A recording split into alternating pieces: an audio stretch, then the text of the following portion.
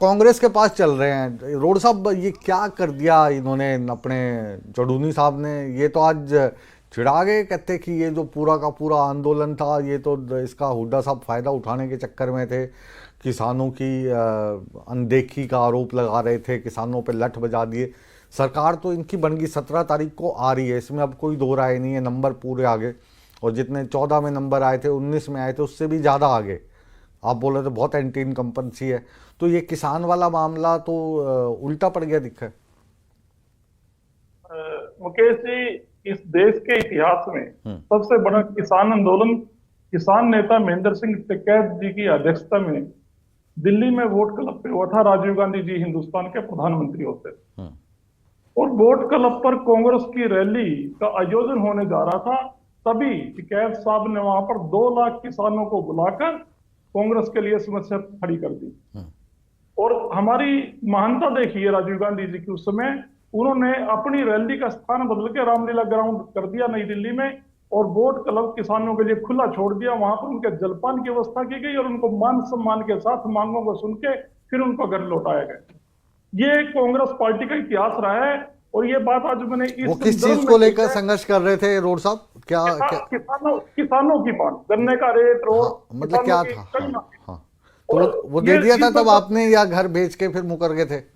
नहीं किया। और इस संदर्भ में आज ये बात मैंने इस संदर्भ में कही है कि हमने इस बात को, मेरा आपके इस जिम्मेदार चैनल पे बताने का उद्देश्य ये है कि कांग्रेस पार्टी ने आज तक इतने सालों बाद भी ये नहीं कहा। उस समय बीजेपी के नेता आडवाणी जी और वाजपेयी जी ने वो आंदोलन जानबूझ के राजीव गांधी जी के विरोध में प्रायोजित करवाया था या उन्होंने फायदा उठाया था। किसान इस देश की रीढ़ की हड्डी है। करवाती रहती हैं पार्टियां ऐसे, मतलब कभी किसान के बहाने से करा दिया, कभी मजदूर के बहाने से, कभी छात्रों के बहाने से।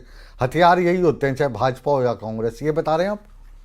नहीं, हाँ मुकेश जी, मैं ये कहना चाहता हूँ, हमने कभी भी आरोप नहीं लगाया। किसान इस देश की रीढ़ की हड्डी है और किसानों ने अपनी मांगों के लिए अगर कोई आंदोलन किया, कोई भी सरकार सत्ता में हो, उस सरकार को या उस राजनीतिक पार्टी को उसकी है।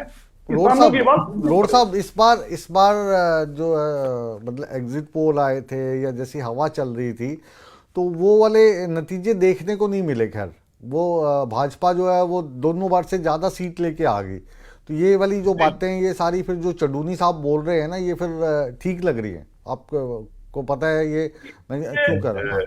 इस विषय पे आप तो चौधरी साहब का बयान मैंने भी सुना। उन्होंने जो उनकी पीड़ा निकल के आई, मैं कोशिश करूंगा कि जो चौधरी साहब का बयान है वो एक बार सुनवा दे। आप अपनी बात जारी रखिए। हाँ जी, तो चौधरी साहब ने जो बात कही है कि किसान आंदोलन के जरिए जो माहौल बना था, हुड्डा साहब ने उसका फायदा लिया। अच्छा, चौधरी साहब के बयान ने तो भारतीय जनता पार्टी के उस आरोप को बेनकाब कर दिया जो ये मीडिया पे बार बार हमारे ऊपर लगाते थे। क्या? अगर ऐसा होता मुकेश जी, तो चौधरी साहब यानी भारतीय किसान यूनियन कांग्रेस पार्टी के साथ मिलकर चुनाव लड़ती।